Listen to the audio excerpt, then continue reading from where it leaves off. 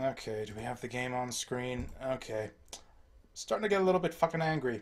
Starting to get a little bit miffed at what the fuck's going on here. That was different. So normally when I complain about my internet, what happens is just basically my upload speed gets cut down from like 7 megabits to half a megabit, which means I can't stream. Yeah, you'll end up with like a stuttery, shitty stream. What happened there is just my internet cut out completely. So I'm just going to assume this is not related to the other problems we've been internet problems I've been having lately. I'm going to assume that this is just like a standard little, just like service outage for. It only lasted like a couple minutes, which is frankly still enough to piss me off when I'm in the middle of streaming. And of course, it had to be like today of all days, since I finally get like this is sort of my first couple or my last couple days of freedom before the big long holiday death march. Like I work today, but it's my just usual hours or anything. So like I get to do like a regular stream right here, and that's not really going to be able to happen too often going forward. And yeah, I lost my stream yesterday too, so I wasn't able to do like my usual all-day Monday thing that I really wanted to do. So yeah, if this keeps on happening, I actually am gonna have to get in contact with my ISP. Are we... Yeah, that's probably good as far as audio levels go. And again, if anyone's still watching, please sound off if things are or are not sounding correct here. But anyways, yeah, that's the bad ending, which... When did my internet cut out? I guess we were most of the way through the credits, so you didn't really miss anything important. Actually, I think I might want to... Because, yeah, no one's sounding off, which I think means... Yeah, probably 0 viewers, which I think probably means... Okay, we're going to adjust it just a tiny little bit. I should probably do that when we actually have viewers. Oh yeah, or this isn't the teleporter room.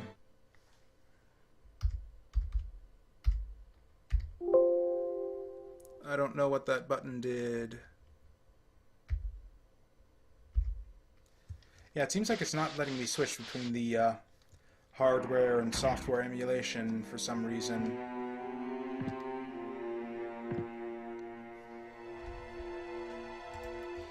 God, and all of the technical problems just sort of resurface all at once, too. Okay, I think we're going to be fine. I think, at long last, we're good to go.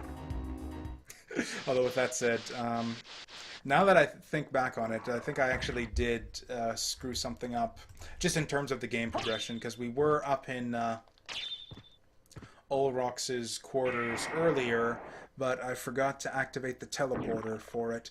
Because, yeah, there should be another yellow teleported room right there in the middle of the castle, and I kind of forgot about that. But I think this is the closest place to go to get back in there anyways, so we'll be fine.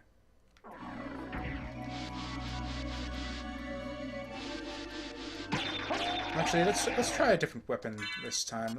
Oh, those guys drop basilards too. Did not know that.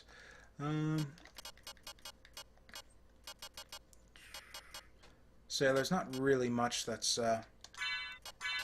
worth equipping right now. We're kind of at the easy portion of the game where we pretty much mastered the first castle. There's nothing left here that's going to give us any difficulty at all. So we might as well switch back to our stabby dagger here. Okay, it looks like it was just that one sprite that was screwing up, because the candles look normal again. Oh, nope, there they go. Whatever, we're just going to deal with it. I've only got a few hours to stream today, and most of that at least part of that got eaten up by technical trouble just earlier on, so we're just going to move on. I don't know why the F7 shortcut isn't working there, but whatever. We'll manage. But yeah, the next destination I remember now is Olrox's quarters. That's where you get the Echo of Bat. And that's what's going to let you go through the dark tunnel, which I didn't actually show off. But yeah, there's a dark... It's like a really dark, twisting tunnel down in the catacombs that leads to the Spike Breaker armor. And that's what we need to grab next. Actually, I feel like there's something else we forgot down there. Oh, right, yeah, the holy symbol to let us... yeah, move around underwater without taking damage. So that's sort of along the way. We can go do that at the same time. Actually, also, while we're sort of backtracking through the castle here, there's a few extra goodies we can pick up along the way. This is sort of a neat little thing I like, too, where it's like in Super Metroid, the way they do sort of hidden stuff, or new like pickups you could get based on your new abilities. It was always in like sort of these little side areas, so it's like you would backtrack and you'd find like a block you could shoot open that you couldn't shoot before, or like or a platform or a door you can get to that was too high for you previously. I really like that bit of design because it just makes the backtracking through these old areas... Oh, shoot. That's the other reason why you don't want the Holy Cross, because for some reason, even with all the frickin' buttons on the PlayStation controller, they still felt the need to put your sub-weapons on up attack, so it's very easy to trigger those by accident. So that's another reason why the cross is terrible, and and you should probably not ever use it.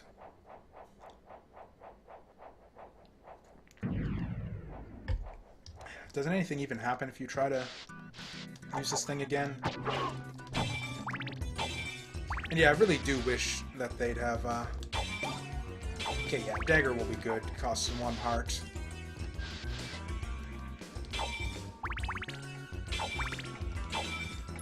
Actually, did subpixel precision somehow turn itself back on? I'm just gonna check that. No, we're still good.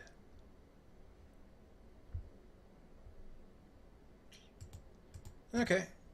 Looks like we're still good.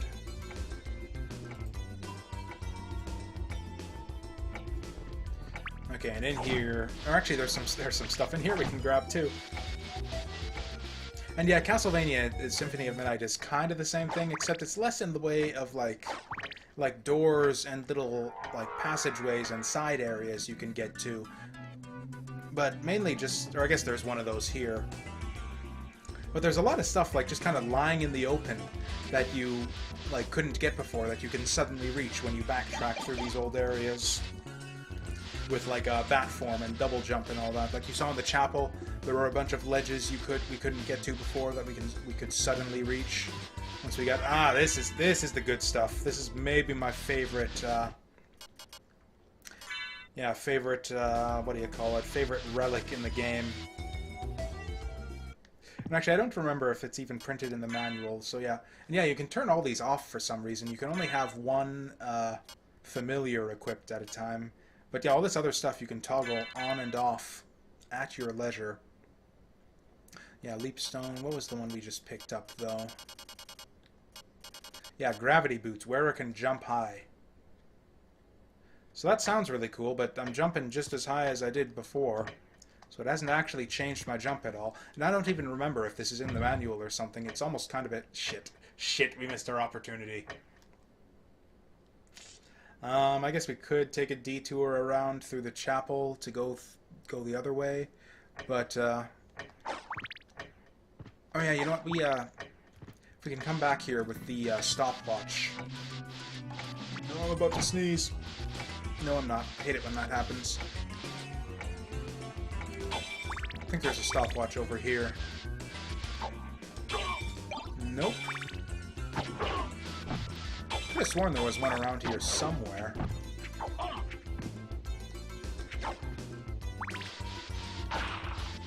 Oh yeah, the gravity boots. So that's what the gravity boots do. It gives you like a super jump, basically, where you go down, up, and then yeah, just like that.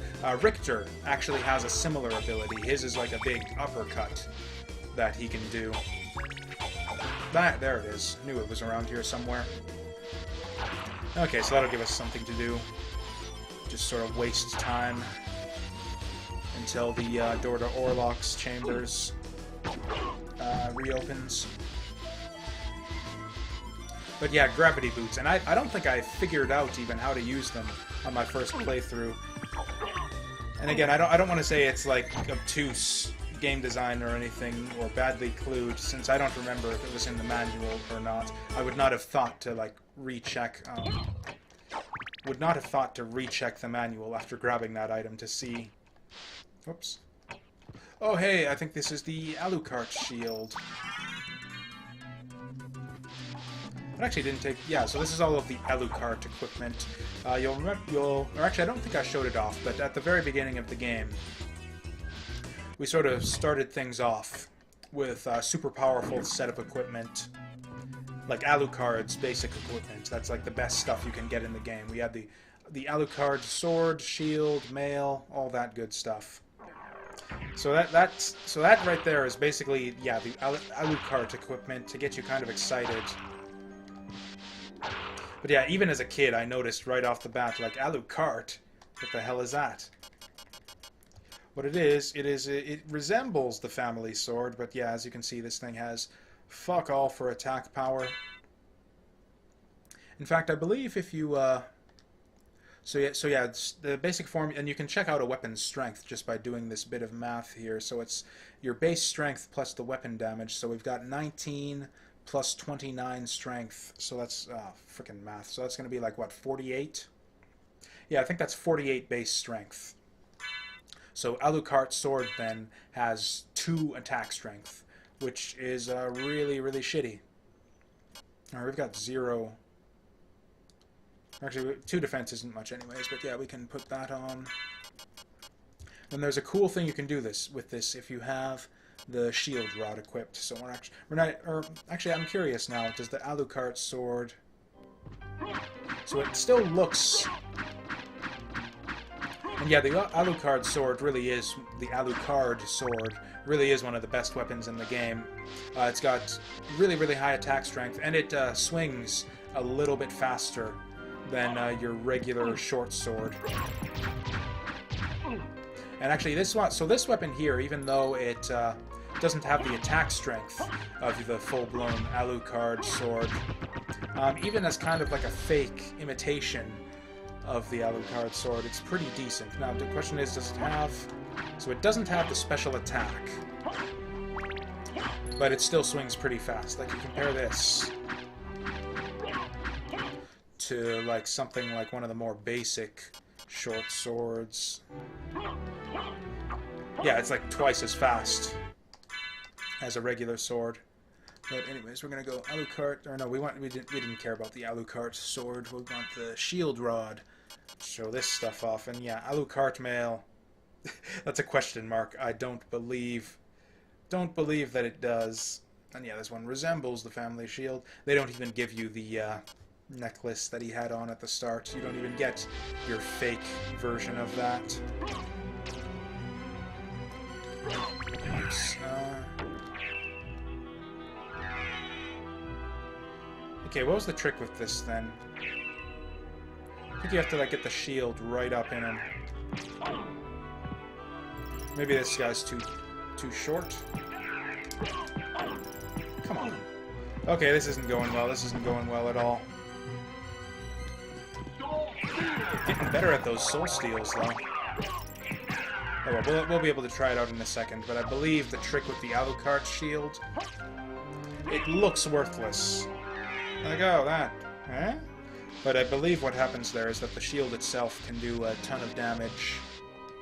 I can't remember. It was a trick. It was not a trick I figured out on my own. It's actually just something I saw. Oh, right. And so yeah, there's not really any. We don't need to go teleport anywhere, but we do need to go in this room once just to activate the teleporter, which I guess is actually kind of useless now since we don't need to get back in this area again for the rest of the game, probably.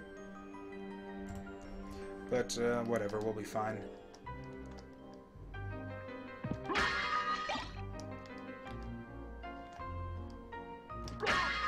Love the music here, too. This is... I think I've said this a few times now, but this is one of my favorite tracks in the game. And to be clear, I've said that a few times now about a few different tracks. I think, yeah, Colosseum was one of my favorites. What else was there? This one was one of my favorites. I think it was the Caves theme. That's one of my favorites. Oh yeah, and of course, yeah, Tragic Prince up in the clock tower. Absolutely one of my favorites as well. Estok. I think this is a big two-handed sword. Oh yeah, it's like a stabbing one, so it's... Yeah, it sort of has the same kind of animation as the special move that the Claymore had. Let's see, do we just go... Yeah, we'll do the boss first, and then go explore the area. And yeah, the way it swings is kind of a liability, because it does, yeah, push you forward a little bit every time you use it, which is usually not what you want against most enemies. But yeah, we're going to try it, and yeah, I think you need, actually just about, yeah, literally any transformation will get you through there. Although you have to have Bat to get to this area anyways, so I don't really know what the point is. Hey dude, what's up? Huh? Offer me a seat? Sure, I'll have a seat. Oh, dang it, he must have gotten too close. Oh, yep, just like that. That's why you don't want swords that move you forward when you attack. So we're gonna see if we can do some Alucard shield shenanigans on this guy, but if we can't... Okay. Whoa! Okay, so that's not gonna work. Oh! Okay, so it wasn't that simple. There must have been a trick to it. There's some way you can use the shield rod, Alucard's shield, to just do tons and tons of damage to enemies, but I don't remember. It's something I've only seen done in speedruns of the game, so... Actually, yeah, I think for this guy, Combat Knife is actually what we want here. It's an evasive sucker he is, but he doesn't have a lot of HP. At least in his first form. I bet you this one's gonna be all fucked up. Oh? Oh dear. So yeah, you'll do extra damage if you hit this guy in the head. Fuck. Okay, that's what we needed. That's all we needed, was just a little top up. Oh, did that get him? No. Oh, okay, that's fine. Just hide in the corner. He'll be done eventually, I hope.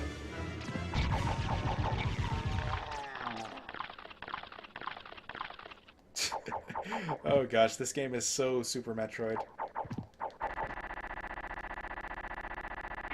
I think it would be cool to have like a third form for that fight.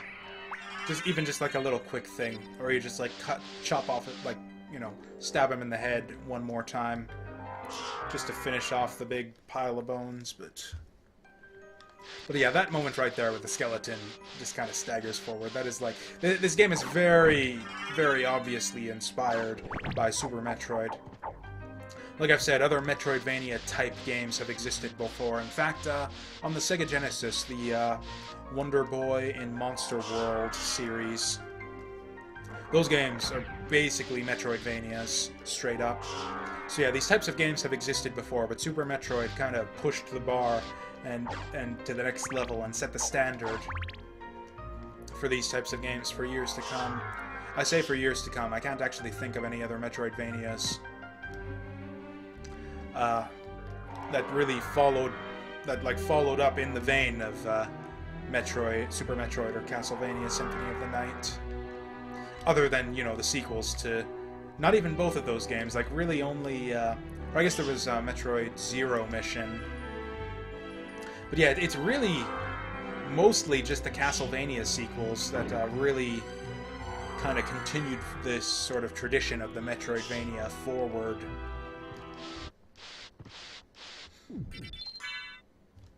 And yeah, I guess, depending on who you ask, some people think that the sequels were better, some people think that Symphony was better.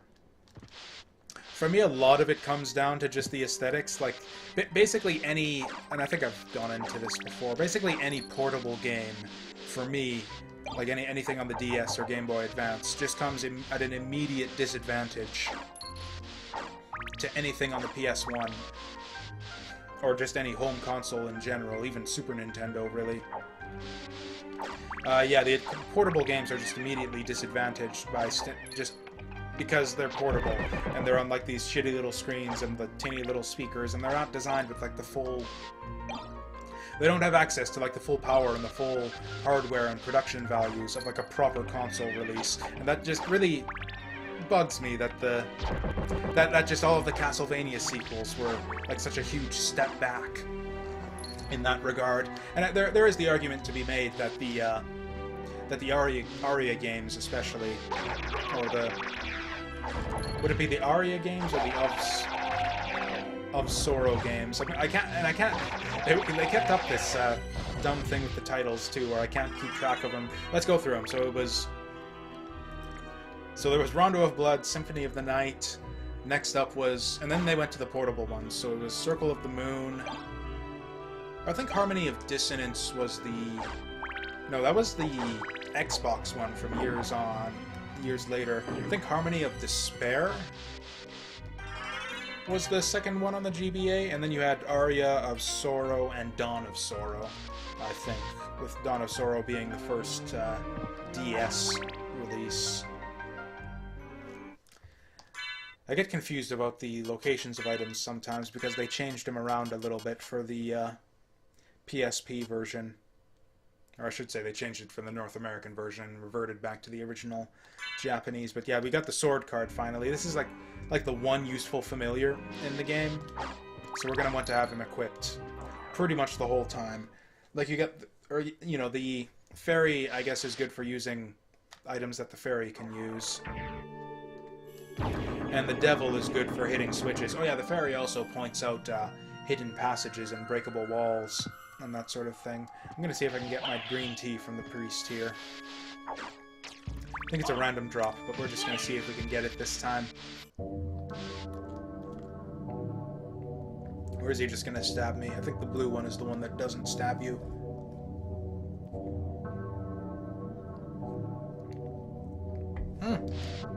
There it is. Or it's grape juice, that's right. I don't know why I thought it was green tea. Grape juice makes more sense because it's like communion wine, basically. Actually, what we want to do right here is actually go for a teleporter, so I actually should not have left Ulrox's quarters there. Though it actually looks like there's some stuff we missed around this area, so actually, yeah, we're going to backtrack a bit, I guess. Like I said, I am going to be going for the full 200% here, so yeah, we're going to need to fill in a bunch of this stuff eventually. I don't think so yeah, percentage in this game works a bit different than in Super Metroid. Super Metroid, you only got percentage completion for collecting items, and I think it was something like 1% for each item that you collected. But in this game, filling in all of the map squares counts as well, which can be a little annoying if you're going for the best ending. And you don't have to get the full... I think the highest you can get is 200.6% in this game.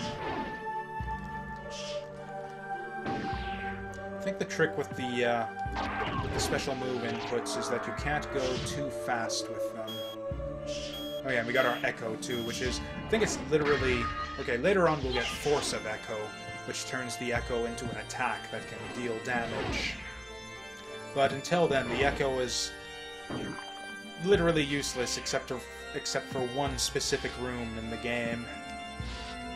We don't need to save. Nothing is going to kill us through all this. All these areas that we went to way back at the very beginning of the game.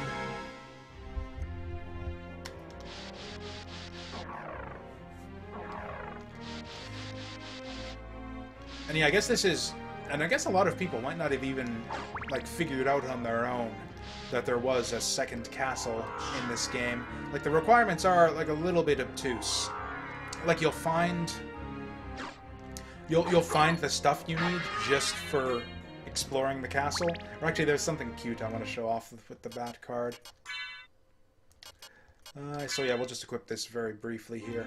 So the bats can just kind of swoop around, or actually all the familiars kind of get different abilities as you level them up. This guy, I think, can swoop around and launch fireballs, and he does a little heart there if you go into bat form.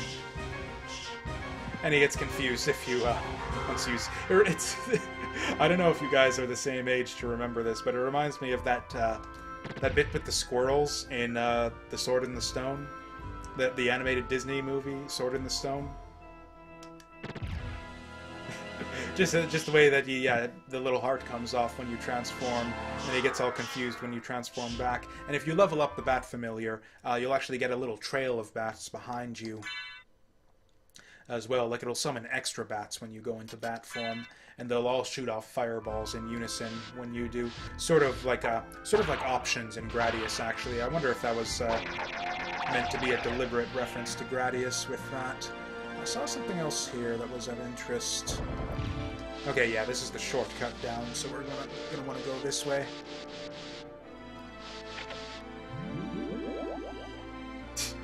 At least our little bat friend seems to take it well when we transform back into a human, because God, that scene in Sword in the Stone was absolutely heartbreaking. And I almost did it again there. I still do this sometimes, where I like posing dramatically with the cape when I'm like on elevators and stuff.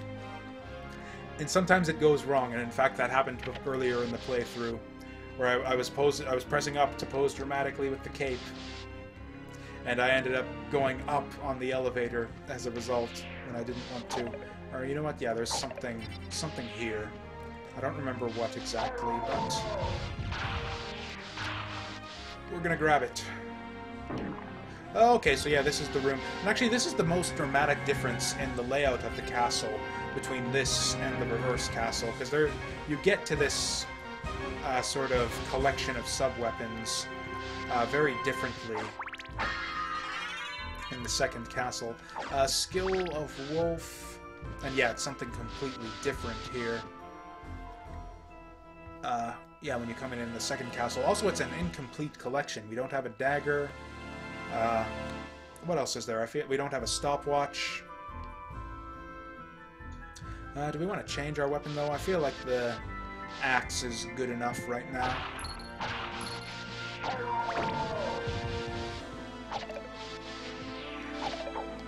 Actually, I am going to save, just in case we have, like, I don't know, if the game crashes or something. It's never done that, but, you know. It always pays to save. I tend to get kind of locked into what I'm doing in these games, and I often lose, especially in RPGs, I'll lose a lot of progress due to not saving for very long. Either just because I don't think of it, or because I get cocky, like I sort of have been moving through this area, and I just I'll consciously decide not to save because I think it'll be fine, this is easy, and then I'll die anyways, like 20 minutes later.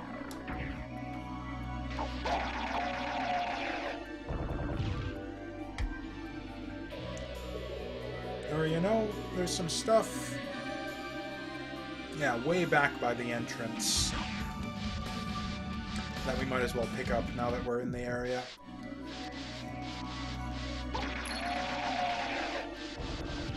Is there anything else here that we needed? Looks like we're fine. Oh yeah, I guess I could be using the, is it just me, or does the sprite go all...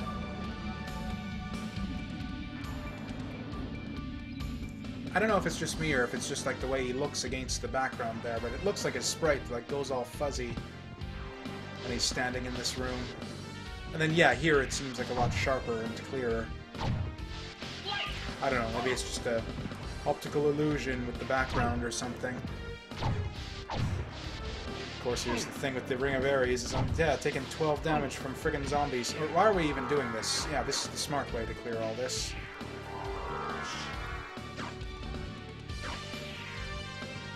Could have sworn that the wolves came back. by the time you like get a bit further into the game. Oh no, we got the bloody zombies though.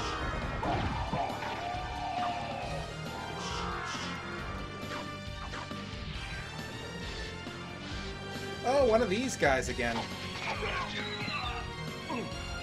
Oh, I was gonna say we got them both at the same time, but no, he was... Yeah, the owls go down in like one hit, and the knight goes down in like 20, even with the Ring of Ares. Oh, okay, so we got more wolf stuff. Okay, so... Oh, I forget which was which. There's one Power of Wolf... Or, yeah, I don't know which one it was, but... Well, yeah, you see this little bit right here. Like this platform. There's actually, I think there's a secret passage down there that, not in this version of the game, but in the Sega Saturn version, and you go to like a, I don't know, some other different kind of underground cave. Man, I wanna get these candles, just, I don't know, just to see what's in them. Okay, it's probably just hearts. Oh no, it's money too. Nice. Because, yeah, we are going to want to get that duplicator if we can afford it eventually. Which we probably won't over the course of a normal playthrough. You kind of have to consciously farm up to be able to afford the duplicator. Okay, and then we get a... did I open this shortcut? Oh, that would be embarrassing if I forgot to do this.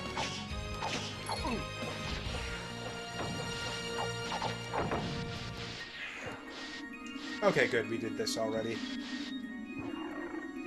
My nose is actually getting a little bit stuffed up here, so I think we're going to find a save point and just take a very short break to correct that.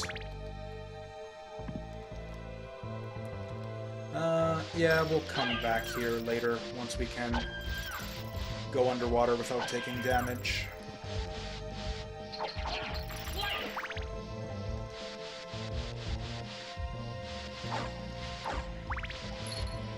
What, is there anything else to see down here? I think we're... Actually, you know what? Yeah, this is one... Oh, never mind. Okay, so yeah, the echo won't even light up the darkness in this very brief little dark area here, actually. Also, that ugly scene on the sort of darkness overlay there, that is just awful.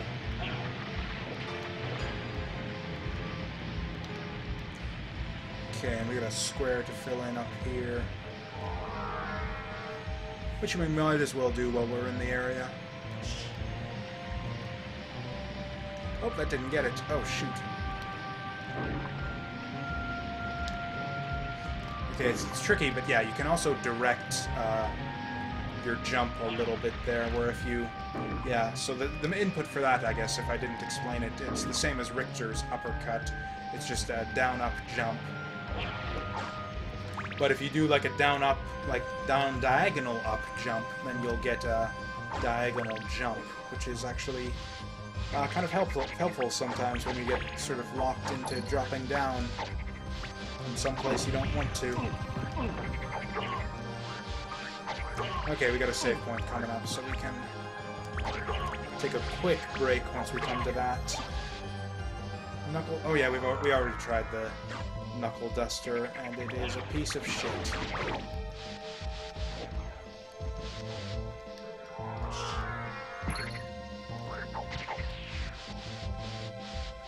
Actually, this isn't the music that I liked. It was, I think the Reverse Castle has, like, a really lovely tune in this area. I'll point it out again once we come to it, because I'm pretty sure we'll be making it to the Reverse Castle today. Okay, let's go get uncongested.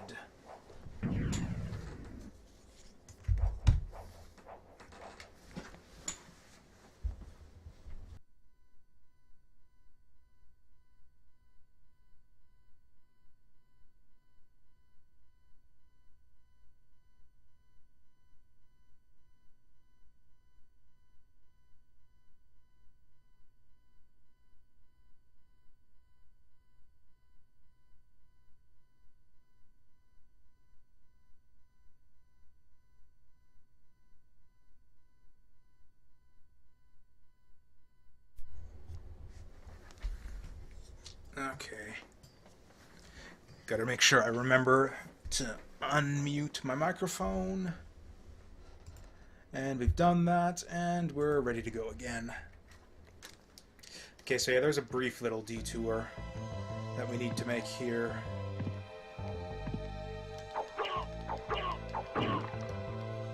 Yeah, that right there is right. I don't think that it shows you like the little passageway there until you open it up. So, and I guess the way to I'll guide you to meet your destiny. Right, and as we'll find out, our destiny is to be able to go underwater without taking damage, which is not really that useful because the rate of like in the early game, it's really dangerous because your damage ticks down, you know, quickly enough to be dangerous. But later on in the game, once you've got like a big pool of HP, like if you really wanted to, you can just like tank the underwater damage and like really just fill in all of the underwater squares and just tank all the damage, and you won't even be close to dying. Although, and you could, in theory, do that all the way here, except that there's the gate in your way, so you do need the ferryman to get through here.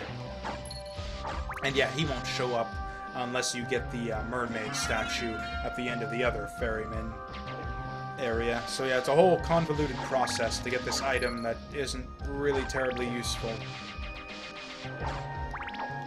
And yeah, and then the second castle is all upside down anyways, so you don't really need to go underwater ever in there. Or actually, we're gonna race this sucker.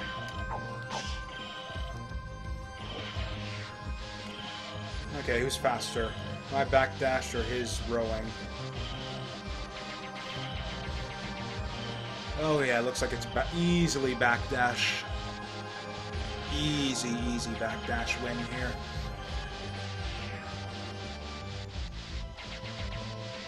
I feel like this should be worth like an achievement on like the Xbox. There was an Xbox version of this game too, wasn't there? But yeah, that should be worth an achievement or something to race the ferryman to the end of the area. Got another knuckle duster. Oh, I win. Okay, so I think that's this area pretty much. Oh no, that's right. There's another passage upwards that we didn't take.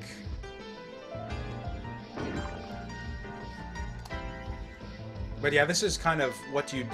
And yeah, basically in order to get that that access to the second castle, you really would end up doing something like this in a first playthrough, where you just go through and explore every nook and cranny of the castle to see what you can uncover. And you will uncover things, which is what makes it kind of fun and worthwhile, and not really that bad that the existence of the second castle is just not even badly clued. It's just not... You get no hint that anything like a second castle even exists at any point in your playthrough of this game. It's just either something you have to read about online, or you just kind of have to explore thoroughly and pick up the few clues that you do get. And the clues that you do get are very obvious. Like, as long as you're like playing the game properly and paying attention to the items as you pick them up, like, yeah, it's very obvious how to... Once you have all the items you need, it's very obvious how to progress through the game and get the hidden ending, or the hidden castle, and all of that. It's just that the items themselves that you need to get to unlock all of that are not really... You don't really, as with everything else in this game, you don't get any sort of pointers or direction as to how to get them, or even the fact that you need to get them.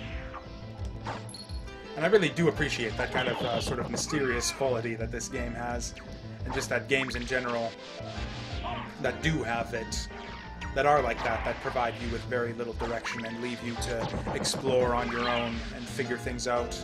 I really appreciate. And again, the Dark Souls games are really good for that. Or actually, even more so than the Dark Souls games. King's Field, which was From Software's kind of other big series before Dark Souls.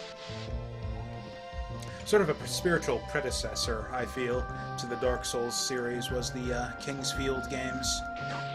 Yeah, I think those were even better for that kind of thing than even the Dark Souls games, than even Symphony of the Night, really. Yeah, those games give you just like no direction whatsoever. I guess that's not true. There's a few NPCs that'll tell you what to do.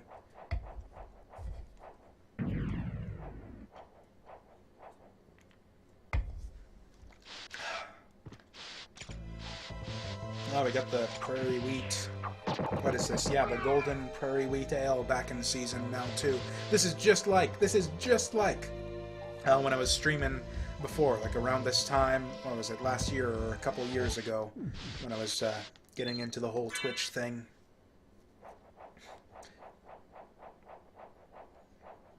Although I am going to run out of these, so I am going to have to make a liquor run at some point before... Actually, I didn't even think of this. This whole crazy holiday schedule at the store is actually going to screw up a lot more than my streaming schedule, because I don't know... Because if I'm working until like 9 every day, I don't know when I'm going to find time to do anything else. Like, when am I going to buy groceries, go Christmas shopping, go for liquor runs, all of that stuff. I guess any time that I would have spent... Okay, I can maybe skip a couple time periods that would have been spent for streaming and maybe use them to do some holiday shopping. Oh, eggnog's got to be in season sometime soon also. I haven't seen it. It's probably at the grocery store. They don't have it at the local drug mart yet, but I bet you if I go to the grocery store we can get some eggnog.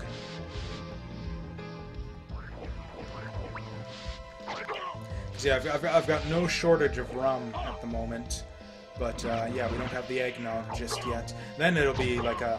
I guess I'm a bit disappointed now that I think of it too, that I won't have the opportunity to do a big holiday stream, keep the Genesismas tradition alive and all of that. I don't know, maybe we'll find some time for it. Maybe I'll skip board game night 1 week. Like, yeah, I managed to sort of get one evening off every Friday for my board game night, but I don't know, maybe I take a Friday evening off from board game night sometime this month, and maybe we do a good rum and eggnog Genesismas stream instead. Son of a bitch! Underwater is even with the holy symbol, the underwater is so freaking annoying in this game because you get knocked back so goddamn far. Okay, are there any bosses we need to clear yet in this area? Or not this area, but in the first castle too, because I think we got them all. I think there's, like, yeah, no areas or bosses or anything that we've left out at this point.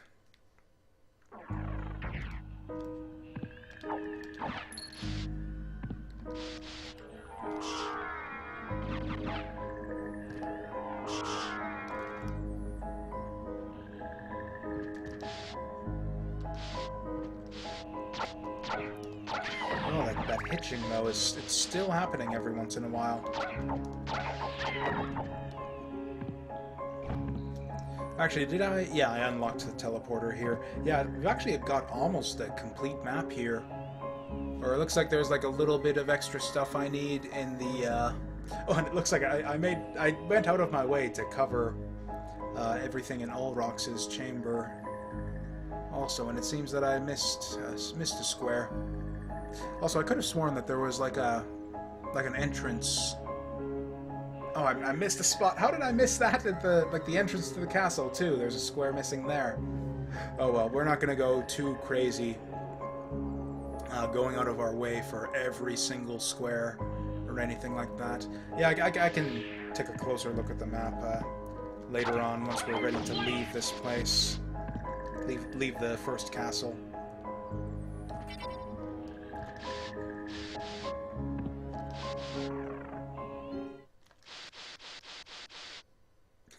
And yeah, once we get to the reverse castle, that place is just like full of optional bosses and just areas that you have no reason to go to at all. Well, and I guess we'll talk about that once we get to it. But yeah, for now, I guess there's not really a whole lot to talk about because we're mainly just kind of backtracking through and cleaning up all the stuff that we missed on our first pass through each area.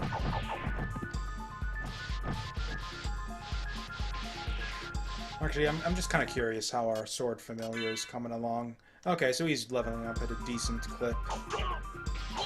Alright, yeah, the slimes here are only weak to, to holy damage, I believe. Or maybe just magic in general. Or fire, too, I think. Okay, so yeah, magic and fire damage will take those guys out. So yeah, these bone arcs, like the big skull that they're carrying, has a huge laser attack that he can do, but it takes a really long time to charge up, and he doesn't do it very often, so you aren't really going to see it most of the time. Maybe I'll let them get one off. And this is a dangerous area right here, even with the Echo of Bat, because even if you can see where you're going, if you go just a little bit too far and end up hitting the edges, you're basically just dead, because the spikes will just chain hit you to death, and there's no way you can transform out or escape it at all. But we managed to make it through, and now spikes will not be a problem ever again. Music here is pretty good too, by the way. I think I prefer the music in the reverse catacombs, or whatever it's called. Actually, I think he's gonna do it if I just leave him there, even with his skeleton buddy gone. He's not even aiming it right. Oh, okay, it wasn't a laser beam, it was a big ball of light there.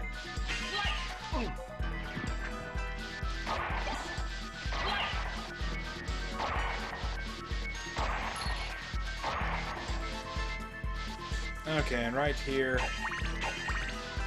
is the main attraction, what we came all this way to get in the first place. It's actually kind of obscured by the foreground there, but yeah, we get the Spike Breaker. This is another one of those kind of weird sprites that's difficult to parse, too. It's like, I guess it's got like giant shoulder pads or something, and it's like the tiny sprites on the listing there. Like, I don't know, it almost looks like it's got like a really big, like, not even shoulder pads, like almost more like a cape. Or like just kind of like some, I don't know, little blue dealies floating off to the side. But, oh, and hey, this is even better than any armor we can equip right now.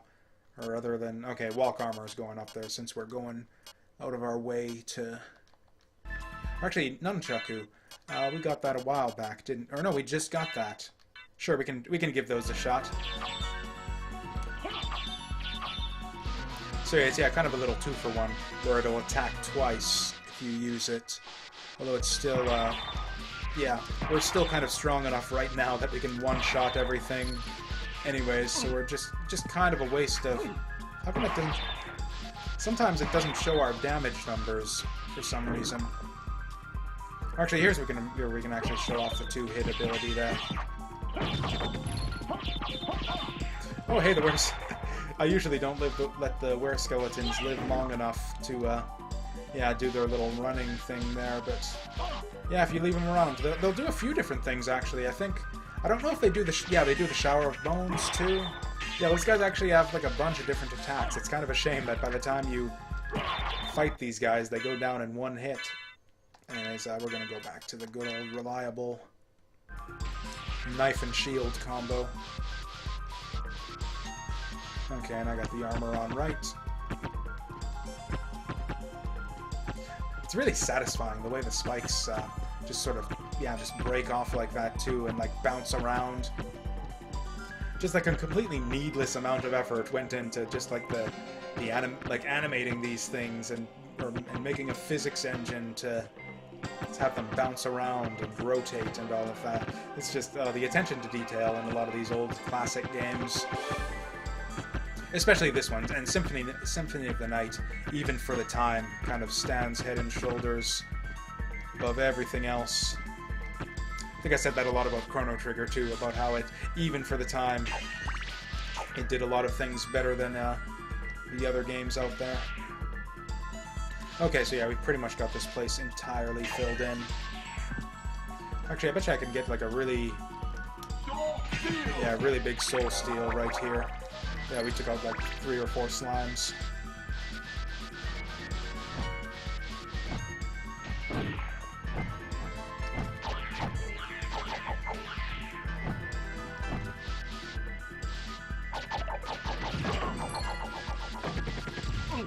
Nope. Okay, so now the only... Yeah, I think I'm gonna let those squares go. I don't think we're gonna bother. Although, actually, yeah, what we do need to do is get all the way back to the center. Which, actually, yeah, that is gonna be useful. That Orlok's quarters shortcut we unlocked. Because, yeah, that's the fastest... Right, that's the fastest way back to the center. So, yeah, if you get that teleporter active early enough, then, then it actually is really useful.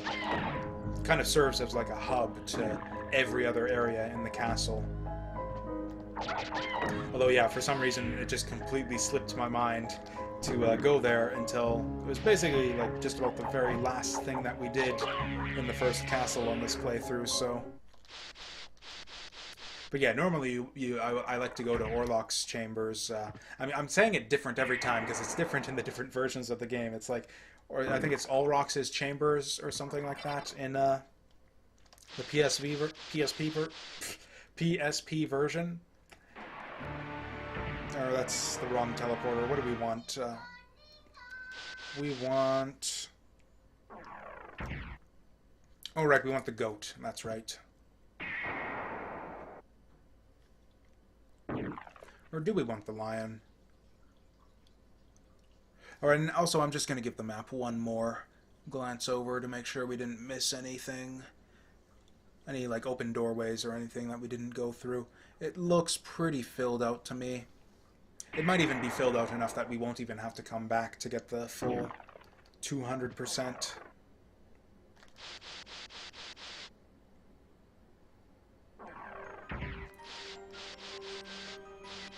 Though, of course, there is one very important area that we have yet to fill in. Oh, dear. Oh, dear. Hey, Hunter Sword. I don't even remember what that is. I think it's just a regular boring sword. Yeah, that's a regular boring sword. Don't give a shit about that.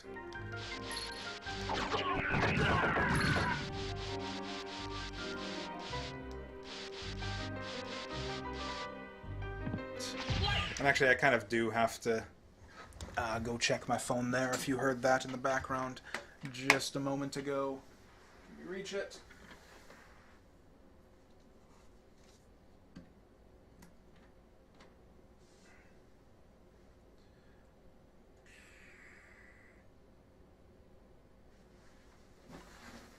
Because, yeah, it's kind of up in the air when the holiday season, like, starts at the store, so it's not inconceivable that they'd sort of call me in early if they realized that they scheduled holiday time or the holiday shifts a little bit too late. But no, it's just nonsense. Just the usual nonsense.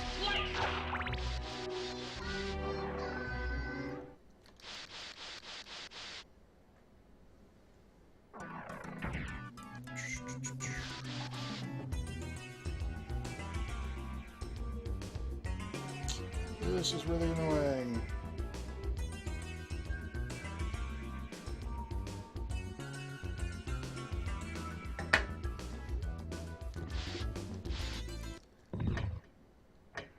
Or what am I doing? We need to go to the chapel, son of a bitch. Oh, and actually, it looks like I missed something in... oh yeah, the Colosseum.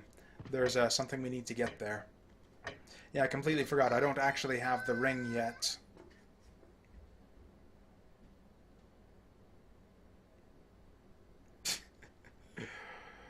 Okay, you know what? We're gonna have to wait here for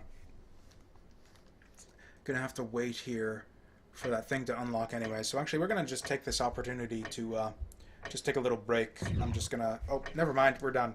Okay. Okay, I think the break will actually be then... We'll go on a little bit longer here. I think, yeah, the actual break then will be basically once we've cleared the first castle. Take a little refreshment break and then pick it back up in the reverse castle. Well, that's like a, I don't know, probably a good like 20 minutes off yet from here. I don't know, 20 minutes, maybe more like 10. Depends on how long it takes us to move through these areas.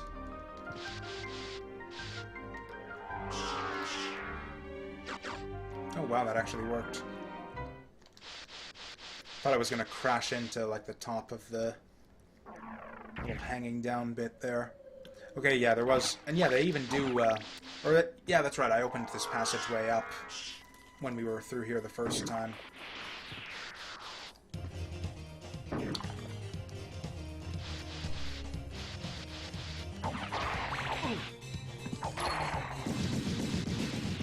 Right, yeah, because we opened it up, but we couldn't jump through here last time. And we get the Holy Sword. And yeah, this is just another one of those, yeah, just kind of boring elemental weapons there. And it's got like a big sword attack, too, that, is pretty worthless for the same reason that the other ones are worthless. Yeah, it does like 9 extra damage, it costs MP, and it's like 3 or 4 times longer to animate than the regular attack. Although, it has the same animation as the Alucard sword. Still doesn't swing quite as fast, though.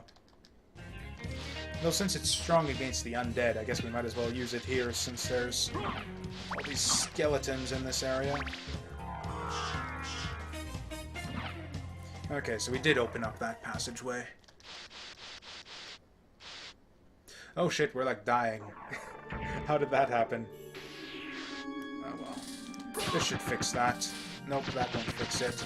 God damn it, Sword Familiar. You're too awesome. I don't want these guys taken out. I need to steal their souls. Okay, we're getting fucked right here. We're gonna come back and try this again.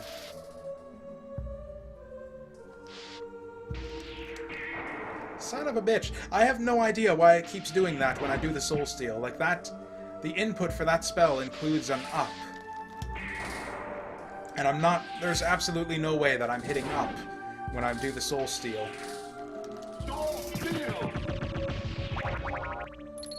Although, mind you, I guess I must be, because the same thing happens in fighting games. It's like I'll go to do a Shoryuken, and I'll, like, jump forward instead. Actually, no, we need to go further up a little bit. Do we have enough? Yeah, I think we have enough mana for another soul steal. Nope, that was completely the wrong button.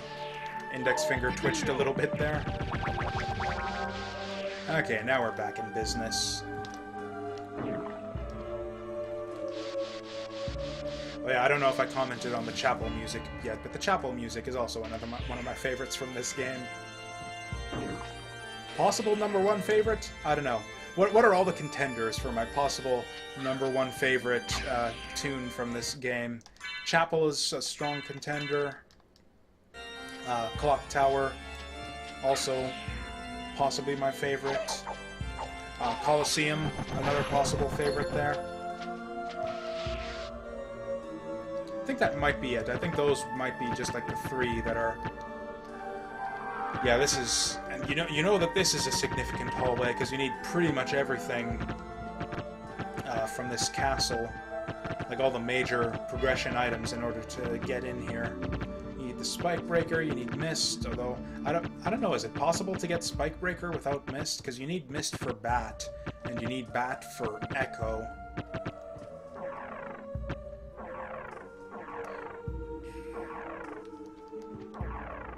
Whatever, that's Spike. We'll keep 1 Spike there, just for the sake of having it. So, did you find Richter? Richter? I don't know if he's the one you're looking for, but I found a Belmont. Really? So he is here? But the one I saw was the enemy. He was the lord of this castle. That can't be true. You're wrong. I must go now. And I mentioned how her voice is, yeah, they redid the dialogue re-recorded all the characters for the PSP port of this game. Maybe the Xbox one too? I don't know. I never played the Xbox version of this. I think the Xbox one was maybe just a straight port of the PS1. Actually, I guess, okay, now that we're here, we might as well fill in those squares up there. Yeah, how did I not get these the first time around? Or I guess you gotta go, like, right up into the spire there. But yeah, Maria's... And yeah, in the Japanese version also, and also in the sort of re-recorded English dialogue for the PSP version, Maria sounds a little... Or in the Japanese version, she sounds a lot more like her younger self in Rondo of Blood. So you can see that how that scene like plays out, or just like the tone of that scene there is completely different with that like little girl Maria voice. I don't know how much that like makes sense if you don't know sort of Rondo of Blood and sort of what Maria was like in that game. She was just like this little like lowly brat essentially. Is yeah, the sort of character trope that she is there.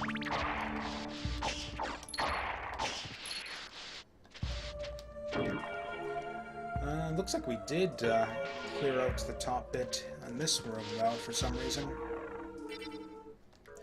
Okay, and we can't actually fight, or I mean we can fight Richter, but to no benefit.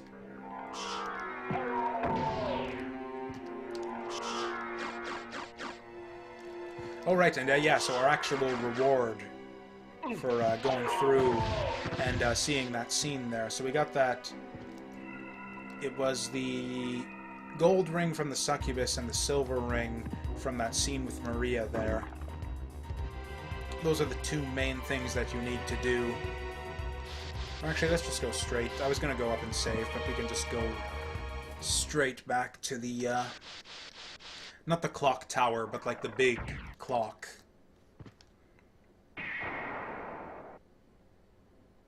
Oh, and yes, takes us right to it.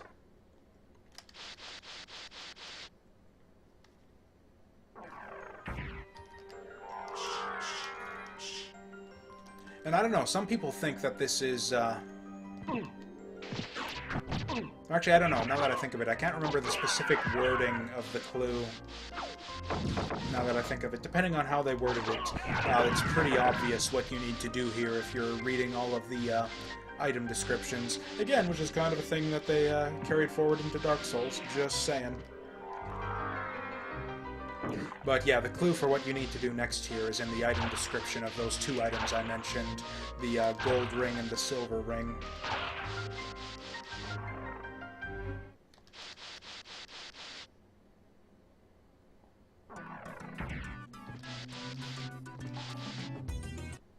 Okay, so here we are in the big clock room, and so if you go in here, you can see we got a silver ring, and we got a gold ring. It says, wear clock in tower. Okay, so it does say tower, so I can see how some people would have some trouble with that, because this room right here is not really the clock tower, per se. Traditionally, the clock tower refers to the level with all of, like, the spinning gears. And, you know, like it's like in terms of like the design, the canonical design of Dracula's castle, it's like the big clock tower off to the, like way off in the background that you often see that leads to the final Dracula fight. That you can see in the background as you sort of ascend the staircase to Dracula's room at the very start there, which is typically the last level of the game. So where in Clock Tower sounds like you need to take these all the way up to the actual Clock Tower level.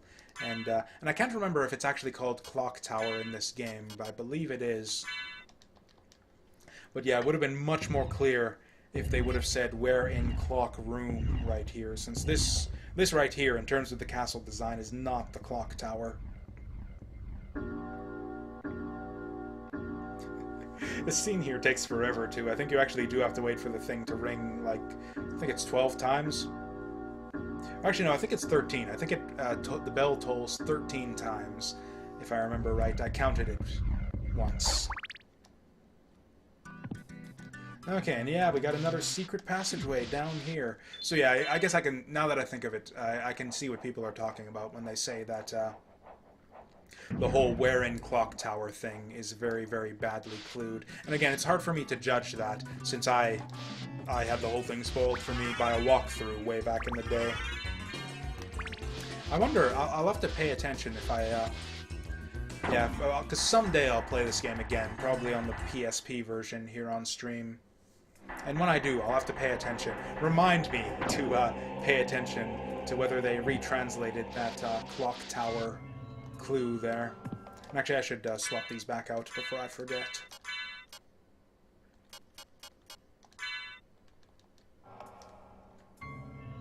It's a creepy little area right here. Alucard? That voice, Maria? I'm sorry. You were right. He has joined forces with the enemy. So it was a Belmont after all. But someone must be controlling him. Whatever we do, we can't harm Richter. But he must be stopped. I know. Well, here. Take these with you. What are these? If you wear these, you can see beyond evil illusions. Thank you. 'Tis best then if you pray for the soul of your friend. Oh yeah, so if you look at this room here, and there's a couple other rooms in the game that I forgot to point out. You can see there's like stairs on the ceiling there, like upside down stairs. And also that pattern, I don't know, the design in the background and the eyes kind of seem upside down as well. Or at least they sort of seem more correct if you sort of try to, like, if you try to see them upside down, like, you can tell how it's meant to be upside down. So that's kind of your little clue that you get, that there's something else going on with a few of these different rooms in the game. The Granfaloon room is another one. If you look up on the ceiling of that room, I think it is, there's a upside down RIP, if I remember correctly. If it wasn't in that room, it was somewhere else. But yeah, an upside down RIP. And you see a few different sort of upside down things in some of the rooms throughout the castle that sort of give you a clue, like just a little bit of a clue as to what's coming up later on. Okay, I guess we just gotta wait here for a little while then. Yeah, I swapped out all my equipment and stuff. So yeah, I guess we can just chill for a bit.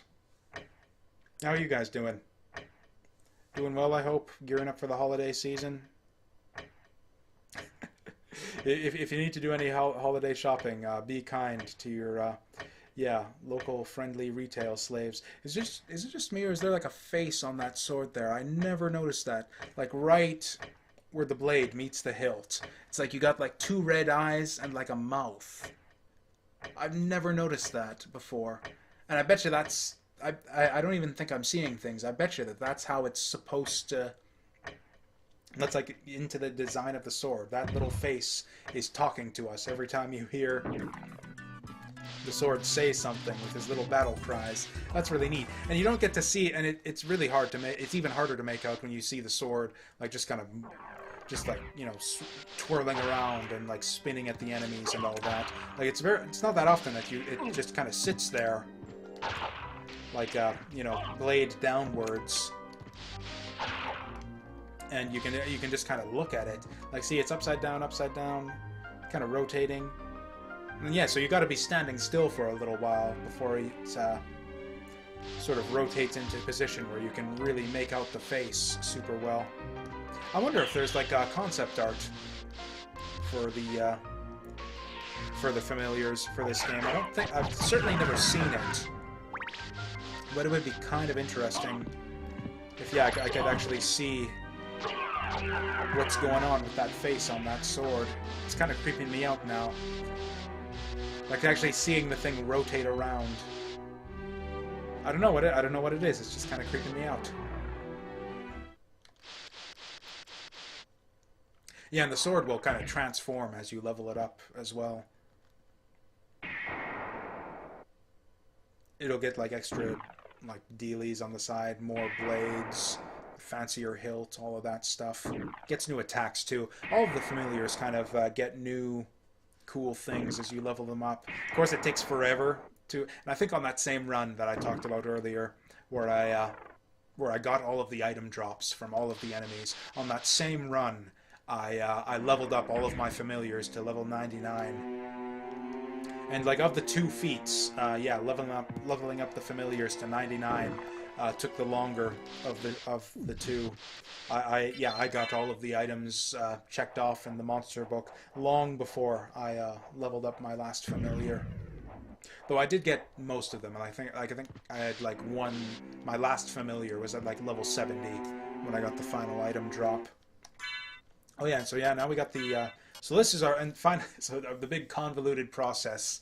So to go through the whole thing finally, in the end here, you get the bat form so that you can get the mist, so that you can. No, you get the mist so that you can get the bat, so that you can get the echo, so that you can fly through the dark room to get the spike breaker, so that you can get the ring, and then at somewhere along the way you can fly and get fight the succubus to get the other ring, which also requires bat form. And then you combine the rings in the clock tower. That isn't really the clock tower; it's just the big clock room. And then once you figure that out, Maria gives you the holy glasses, and then you wear those in the Richter fight, which it doesn't. You kind of get like a little bit of a clue. Although depending on how you interpret it, all it says is see through magical illusions. I did save, didn't I? I'm pretty sure I saved. Ah, what the hell? We'll man fight Richter this time. Just go straight up with the Ares ring. I've been waiting I forget if this for scene you. is any different after you talk to Answer Maria. me. Why is a Belmont planning the resurrection of Count Dracula? This seems the same. Count Dracula rises but once every century, and my role is over. If I can resurrect him, then the battle will last for eternity. Okay, here it goes.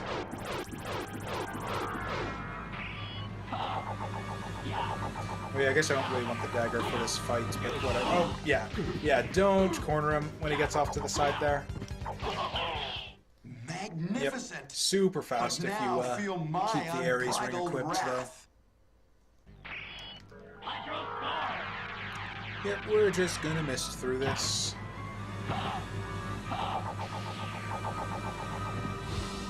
Yeah, that line behind him is really irritating me. Yeah, he's...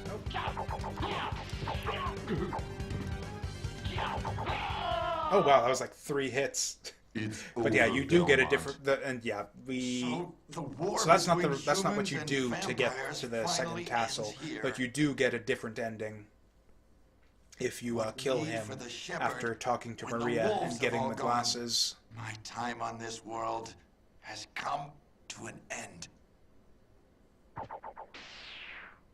And he goes through like the same death animation that he does in Rondo of Blood also. And yeah, they'll actually let you skip the cutscenes the second time around. Yep, there she is. So you made it. Alucard! I suppose that means she didn't make it the first I'm time around. sorry. I see. Or maybe they just had Thank no you for reason to meet stopping up him. afterwards. Do you suppose that this too was fate?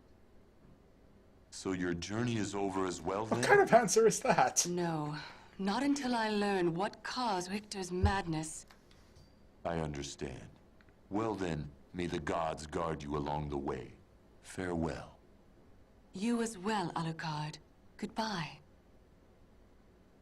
Okay, so that's a bit more of a kind of an unsatisfying finish there. You kind of do get the sense of there being a sort of unsolved mystery that you missed out on and should have to. Oh, actually, they don't let you skip this. But yeah, you can do a soft reset. Right? Yeah. Yeah, you hold down L1, R1, start select, and that'll do a soft reset. Put you back on the title screen. Okay, so that's ending 2. We've got 2 more endings, I think. Maybe 3? I don't remember how differently the true... Okay, we only got 98.1% actually off the first castle. That's interesting, because I didn't think we missed that much, but... whatever. We'll go back for it later, I suppose. Or I guess the one obvious thing that we missed is the staircase leading up to the reverse castle. Yeah, I can come back for these squares later on. I'm sure there's like some random hidden passageway that I missed too. But yeah, so what you actually need to do here, that the game doesn't really give you too much of a clue on, and again, like I was saying, depending on how you interpret it, you might try wearing these holy glasses and like exploring the whole castle, looking for whatever the magical illusion is that you're supposed to see through. But what you're actually supposed to do with them is take them into the Richter fight. And then that'll let you see... So yeah, we see that orb up there. And that's the thing that's sort of mind-controlling Richter. Whoa!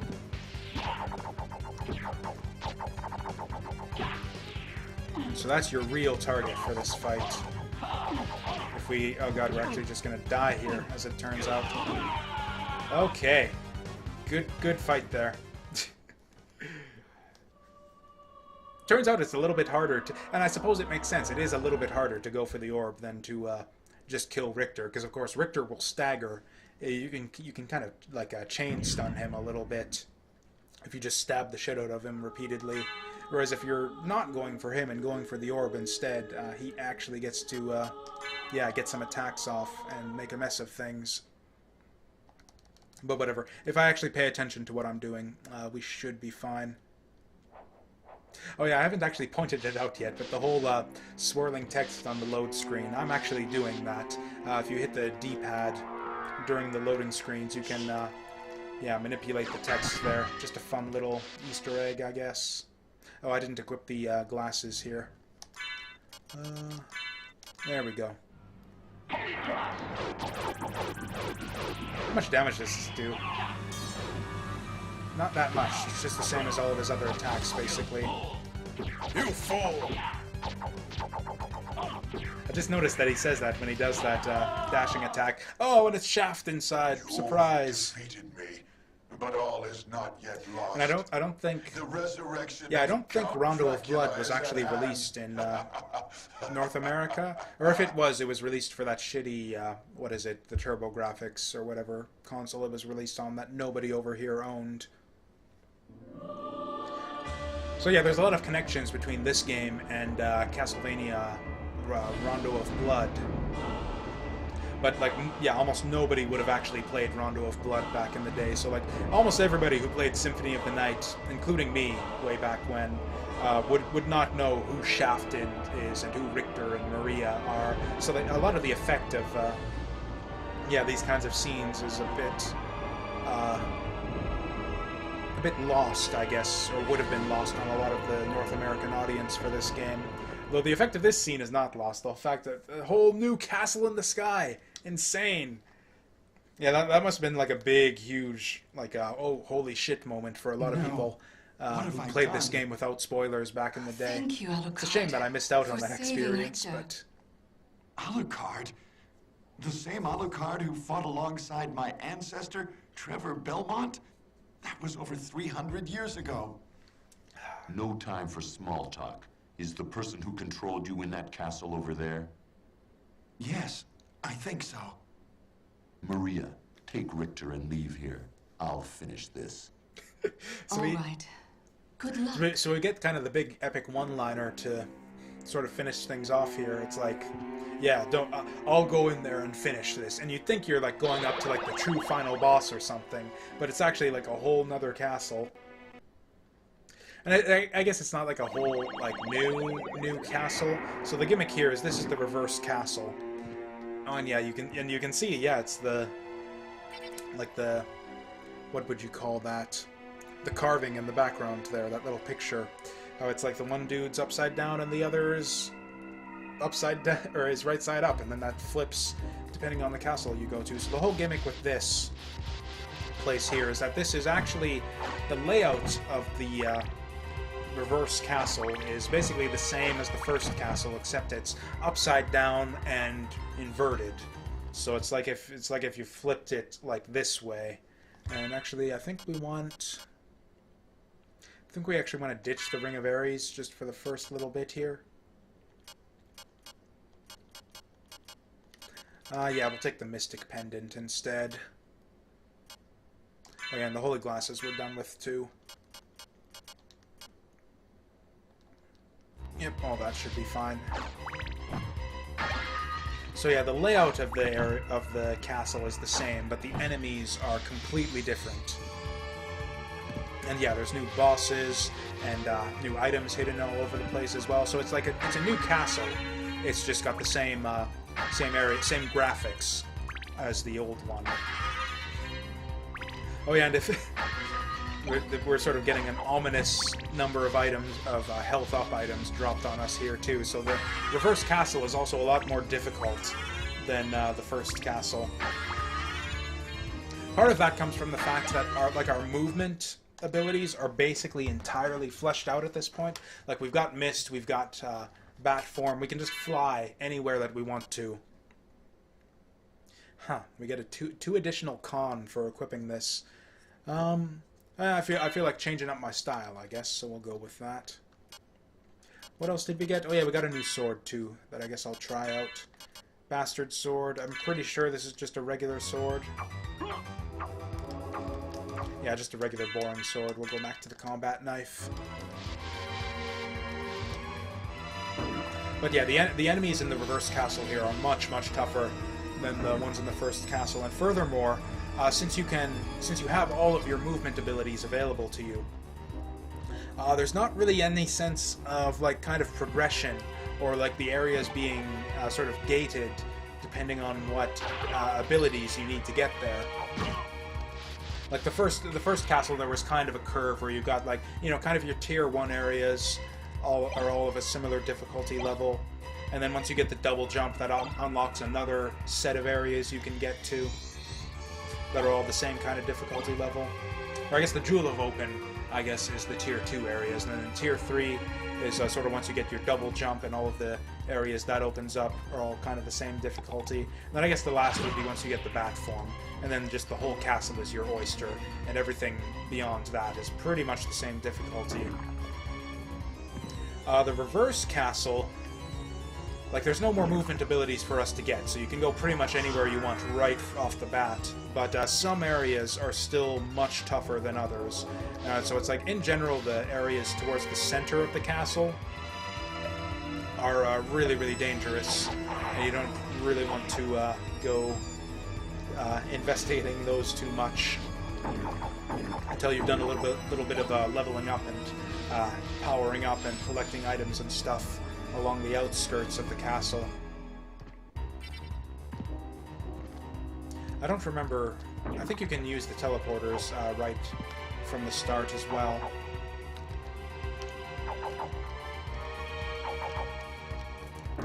Yeah, I knew there was... If I go... this is tricky, because if I go too high... Yeah, that'll happen. Oh, okay. Good, good. And yeah, now we can use bat form. And we got the Sword of Dawn. This is actually kind of a unique sword right here. This has a unique ability. So it's got shitty attack strength, and it's a big two-handed sword. So you can't equip a shield when you've got this on. So it seems to be all downside. Why do they give us this shitty little sword here as our sort of first major hidden weapon of the reverse castle? Aren't we supposed to be getting good stuff here? So the trick with the Sword of Dawn, which I guess I'll show it off once we get an enemy to actually play with here.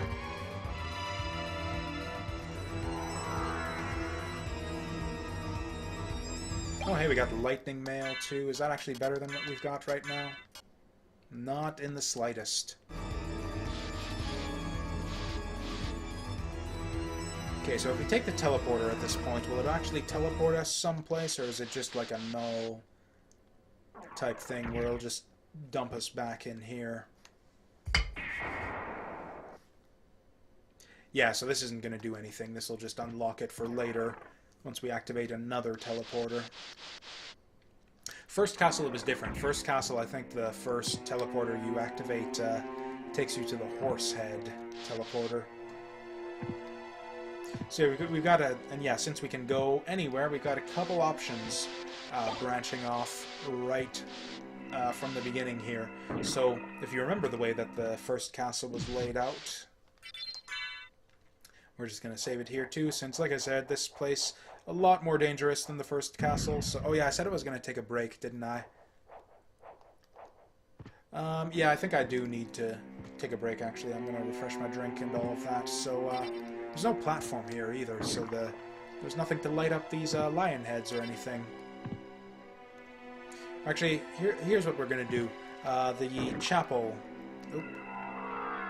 So if you remember the layout of the first castle, we got the clock tower, or I think it's called the keep, or the reverse keep, in the second castle here. And we've also got the anti-chapel, I think it's called here. Oh dear. Oh, he cursed us too. That's not really what we wanted.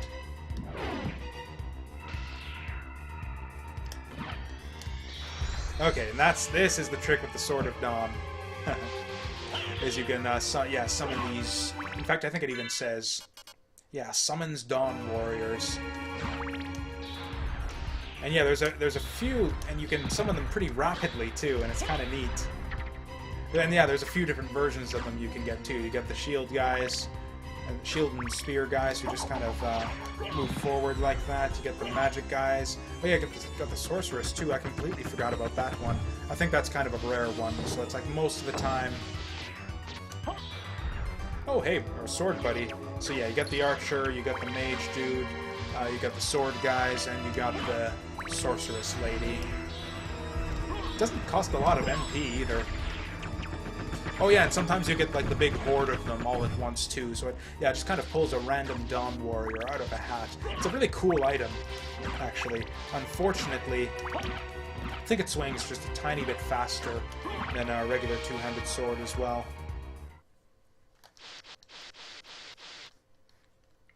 But the problem with it, though, is that you need kind of like a big surface to work with. Like, it pretty much only works in long hallways like that.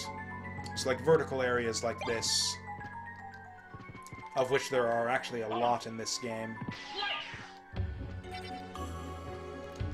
Like, yeah, there's no way for me to get that guy up there with the Dawn Warriors or anything like that. Or actually, that's not true. I guess one of them does have a homing attack. But anyways, I really, really like the music in this area. You see this music in a couple different places in the reverse castle, actually. I think in the...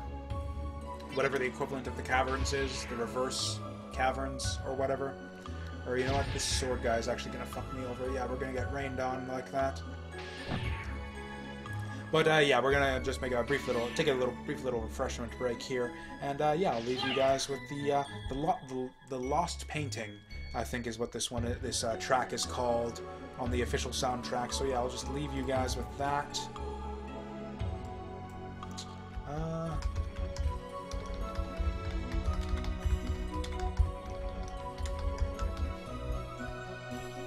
Yeah, gonna take a little refreshment break, and yeah, we'll be back in about 5 minutes with yeah, some reverse castle here with Symphony of the Night.